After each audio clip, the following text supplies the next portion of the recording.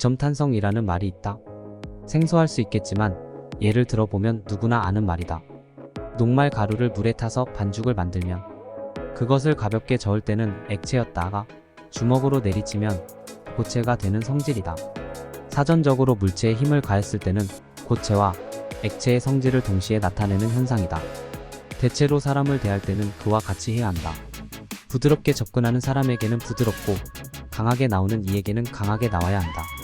대체로 처음 만난 이는 그가 어떤 자세로 나를 대할지 알 수 없다. 그가 예의가 없을 수도 있고 좋은 매너를 가질 수도 있다. 물에 탄 녹말 가루에서 배울 것이 있다.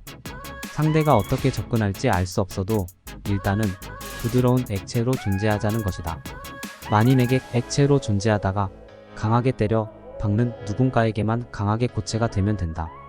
그것이 내면으로 들어올 수 없도록 빠르고 강하게 고체가 되면 그것에는 나의 한 방울도 묻지 않고 그것은 나에게 한치도 들어오지 못한다. 무례한 사람을 대하는 가장 좋은 방법은 거울 효과다. 상대와 똑같이 하면 된다. 그 거울 효과에서 중요한 것은 복수가 아니다. 그저 동등해지는 것이다. 아는 사람에게만 보이는 것이 있다. 가령 뉴질랜드 마오리족은 상대와 눈이 마주쳤을 때 눈썹을 치켜들며 가벼운 눈인사를 한다. 문화를 알면 상대의 행동에 이해를 하고 같은 행동을 통해 존재와 마음을 확인한다. 서로 같은 상식과 문화를 공유할 때 그것을 이용한 것은 좋다. 다만 우리는 프랑스나 독일에 가서 옥례를 하지 않고 군대를 전역한 뒤에 거수 경례를 하지 않는다. 상대가 문화에 대한 이해가 있을 때 행동을 취하는 것이 일반적이다. 뉴질랜드에서는 낯선 사람이라고 하더라도 눈을 마주치면 끝까지 눈을 보며 무조건 웃어준다. 그 행동을 한국에서 했을 때 굉장히 이상한 사람으로 취급받을 수 있다. 심지어 뉴질랜드에서는 당연히 하던 문화라 하더라도 한국에서 그 문화를 따르지 않아도 무례하다고 생각하지 않는다. 이유는 상대는 그 문화를 모르기 때문이다. 문화를 모르는 사람에게는 일방적으로 자신의 문화를 보여주는 것이 아니라 상대에 맞춰 상대의 문화대로 해주는 것이다. 예전 한 출판사의 의뢰로 서평을 쓴 적이 있다. 담당 마케터는 말했다. 책 내용 요약은 전혀 없네요.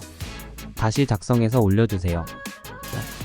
도서 요약본을 올리라는 지시에 다시 도서를 요약해서 올렸다. 그제서야 마케터는 만족했다. 이후 다만 그 출판사의 책을 읽지 않는다. 서평을 쓰지도 않는다. 이유는 이렇다. 마케터는 너무 강압적이었다. 마치 결제 서류를 검토받는 상사의 느낌이었다. 도서 마케팅의 본질은 내용, 요약하는 것이 아니라 많은 사람들에게 홍보하는 것 아닌가? 토크감은 읽고 느끼고 융합하고 사색한 글이다. 다른 이야기와 버무려 놓으면 그것은 또 다른 읽을 거리가 된다. 많은 사람에게 노출되면 그리고 그것에 적당한 호기심이 발동하면 그것이 마케팅이다. 간혹 잔혹한 범죄자의 팬클럽이 사회적 이슈가 될 때가 있다. 탈옥범을 응원하는 팬클럽이거나 벌장 강도를 응원하는 팬클럽 등. 범죄자의 팬클럽은 적잖게 우리 사회를 당황시킨다. 여기서 알아야 할 것이 있다. 분명 치탄 받아야 할 범죄자이지만 팬클럽이 존재한다는 것이 무슨 의미인가 하는 것이다.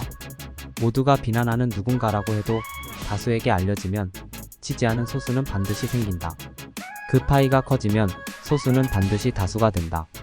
좋지 못한 글을 쓰거나 재미없는 영상을 업로드하거나 형편없는 사진을 찍어도 마찬가지다. 상관하지 말고 꾸준하게 다수에게 홍보하는 것이 가장 좋다. 대체로 자신의 컨텐츠에 자부심이 있는 이들은 그 컨텐츠가 얼마나 좋은지를 알리려고 노력한다. 그러나 그보다 선행하는 것이 있다. 얼마나 좋은지를 알리는 것보다 선행하는 것은 일단 많이 알려지는 것이다. 나의 컨텐츠를 좋아할 사람이 99%라고 해보자. 그러나 이 증가를 알아보는 소수에게만 이 컨텐츠가 전달된다고 해보자. 이 컨텐츠는 고작 100명에게 전달될 것이다. 그러나 100명이 컨텐츠를 좋아할 확률은 99%다. 고로 99명이 좋아한다. 반대로 나의 컨텐츠를 좋아할 확률이 1%라고 해보자. 그것이 좋던 싫던 많은 사람에게 알려진다고 해보자. 최소 1만 명에게 알려진다고 해보자. 그중 1%에게만 선택을 받는다면 100명이다. 고로 가장 중요한 것은 알리지는 것이다. 고로 좋지 못한 책이라도 우선적으로 많이 알려지는 것이 중요하다. 알려지려면 일단 재밌어야 한다. 유익해야 한다. 솔직히 말하자면 그 책은 나에게 하등 도움 안 되는 내용으로 가득 차 있었다. 만약 마케터의 요구처럼 내가 그 책을 평해야 한다면 책의 내용은 그냥 작가의 일상 기록문입니다. 다수가 공감하기 힘든 내용이 다수입니다. 라고 평해야 한다. 책은 평가의 대상이 아니다. 감상의 대상이다. 누군가가 떨어지는 낙엽을 보며 저것은 빨간색이 너무 진하다. 그래서 아름답지 못한 낙엽이다 라고 평가한다고 해보자. 세상을 바라보는 올바른 시선이란 그런 것일까? 15,000원짜리 책을 보내고 업무지시 내리는 듯 하는 것이 못마땅했다. 서평은 감상을 기록하는 일이다. 드라마의 간접 광고로 나오는 PPL은 대놓고 제품 광고를 하지 않는다. 드라마를 보다가 광고가 나오면 화장실을 다녀오듯 광고다운 광고는 광고가 아니다. 일단 드라마가 흥미가 있어야 홍보 효과가 크다.